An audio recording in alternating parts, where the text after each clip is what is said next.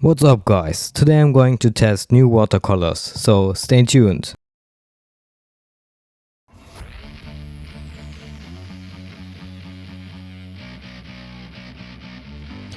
So here are the watercolors from Winsor and Newton. I think you pronounce them that way.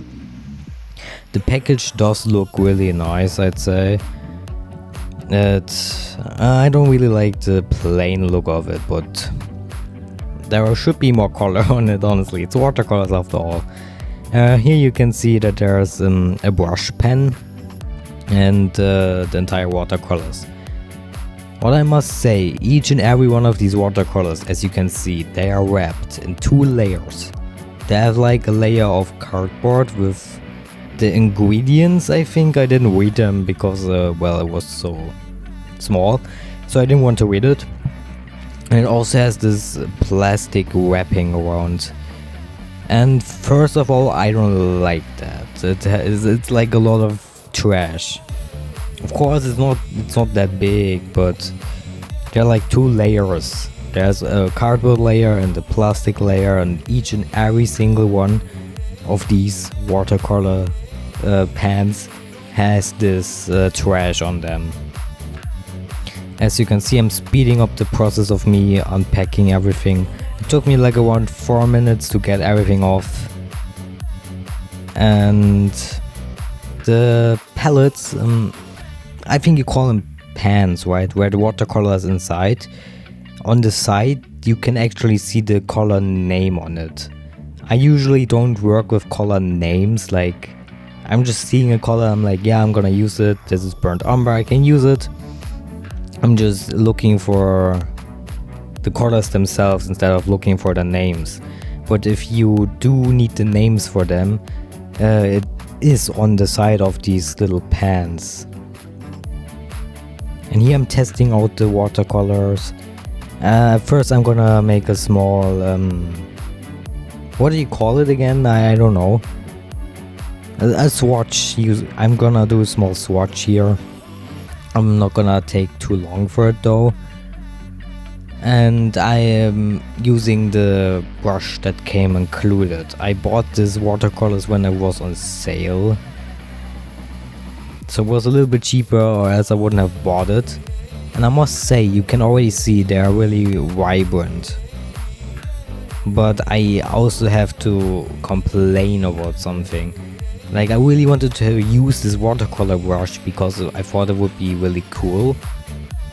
But the water drops, you can always see it when I'm trying to press out more water. You have to press on the brush itself, but it doesn't really come out of the front. It just comes out of the side. And then the drop falls somewhere else and I can't really use it that well. Maybe it's just because I'm using this brush for the first time. But I don't really like this brush. And here I'm trying to test and see how it looks like when you're trying to blend the colors together. And here I'm trying wet on wet, but I'm also gonna include, yeah, here is wet on wet and then dry on dry. And I'm just trying to see what they look like when you're trying to mix them. And as you could see, they don't mix really well. You can see where they are not mixing. You can see where I'm trying to mix yellow and blue, and in the middle you can see green. You can see exactly the lines where they meet the colors. And I don't really like it. Like, I'm not using professional watercolor paper. I'm using mixed media paper, so it's basically for every medium out there, like watercolors, acrylic paints, you know, all of that stuff. So I don't think it should be that much of a problem with the paper, but they're not mixing that well, and I'm kind of weirded out by that because they were kind of expensive. What I'm doing right now, I cut the video before I actually do the voiceover, so I'm a little bit late. So now I'm talking about the drawing that I'm doing right now. I'm just drawing a random character that came out of my head. I wanted to draw a dude in a dynamic pose, but I wanted to draw a face, but still have like a dynamic pose. So I was like just draw a hand and a flying tie in the wind. And I'm not always using this watercolor brush that was included, as you can see right now, because I don't really like it. It's kind of nice, but for some watercolors, for some areas I want to use another brush. I think that's possible. So this whole process of me drawing this dude, I don't have a name for him yet. You can see on his face I put purple on there, so I can then go over it with the skin color that I want to have for him. And so he already has like shadows on his face, and it works quite well. If you're new to watercolors, you shouldn't be like using gray as a shadow. I mean, you can, depending on the environment, but like using a colored shadow is better, like blue or purple, or I think even red. But it's always better to use a colored shadow layer. And you can see what I talked about right here. You have the purple underlayer and you're putting the skin color on top. It looks way better. In the end, it's gonna look even better. I tell you, this drawing, I'm really proud of it actually. It's rare that I like my drawings, but in the end it's gonna look really great. Except for maybe the hands, because I think the hand is a little bit weird. But his hair, I made yellow in his hair because I thought just plain black hair would be too boring, you know. So I was like, I just gonna pop some color in there. And with black you can just add any kind of color, anything looks good with black. But I decided for yellow, and further along in the drawing the yellow comes into play because I am adding some effects. But I'm not gonna spoil you yet. You're going to see this later on, and now I'm shading the hair. The first black layer was just, yeah, it was the first layer, then I let it dry. And now I'm adding more watercolor to it. And I'm doing this maybe 3 or 4 times, and I'm still adding new layers of watercolor, so I'm getting more and more opaque. And so it helps out with the shadows I want. Yep, here you can see I put way more layers on there. I also gave him a tie, and I made the shadow color purple again because, well, I like purple apparently. It's just a good shadow color, honestly. I decided to give him a blue suit. I'm really sorry about my mess ups with talking. I can't really talk that greatly in English. Is greatly a word? I don't think it is. You can see what I'm talking about, you know. But I also don't want to write the script, because every time I write the script for my video, it sounds weird, because you can definitely hear that I'm just reading, and it would be, I don't like it. So here you can see me drawing the suit, and I wanted to give him a blue suit, so I added blue. It's blue, you know. And I added darker colors later and more washes, basically the same with the hair, just a base coat, and then later on adding more darker blue colors basically. This video is relatively short, it's 30 minutes. This whole drawing took me about like 2 hours. This time I did take my time with it. I didn't rush it, I just chilled and do it. Maybe that's why I like it more, because I actually thought about it and added things according to the time.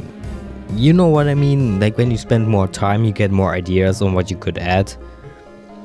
So this is his suit, and now I'm outlining the character basically.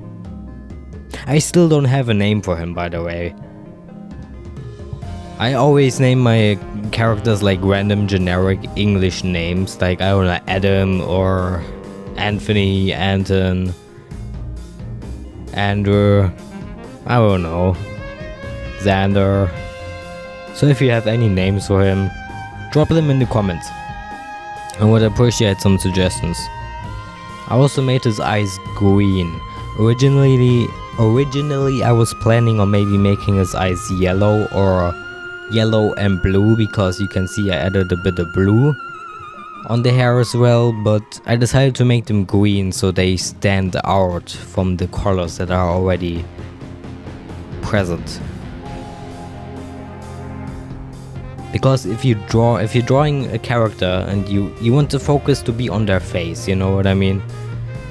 And right now I'm adding acrylic paint markers just for the highlights, because I don't have a pencil that actually covers over black.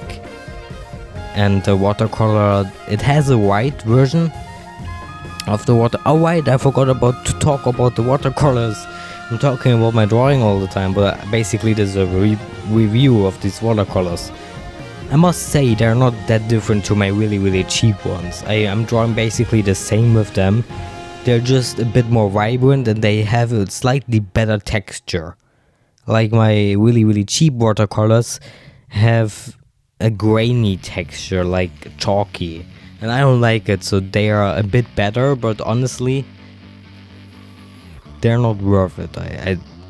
I mean technically they are worth it. They are good watercolors. You can see I can get good results of it, but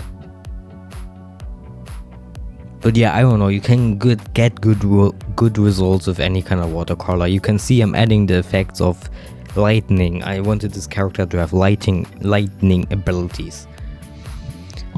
So basically the watercolors, the package is really nice. I like the small paint palette, I like the brush. I think it's more of a thing that you have to get used to the brush. It can be really useful if you go outside and you don't have like a water source with you or something. Then you have the brush and you have water inside it. It's really great. I also added a bunch of colored pencil to this drawing. This is why it looks so different right now. So always, every time you work with watercolors, I can just tell you, also work with colored pencil. It helps a lot and you can get way more control in the whole drawing. But overall the watercolors are nice, but I'm not really sure if they're worth it if you already have watercolors, you know.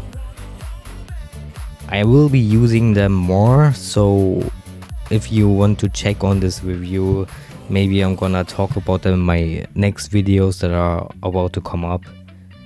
I will be using them more, so stay tuned for that, I guess.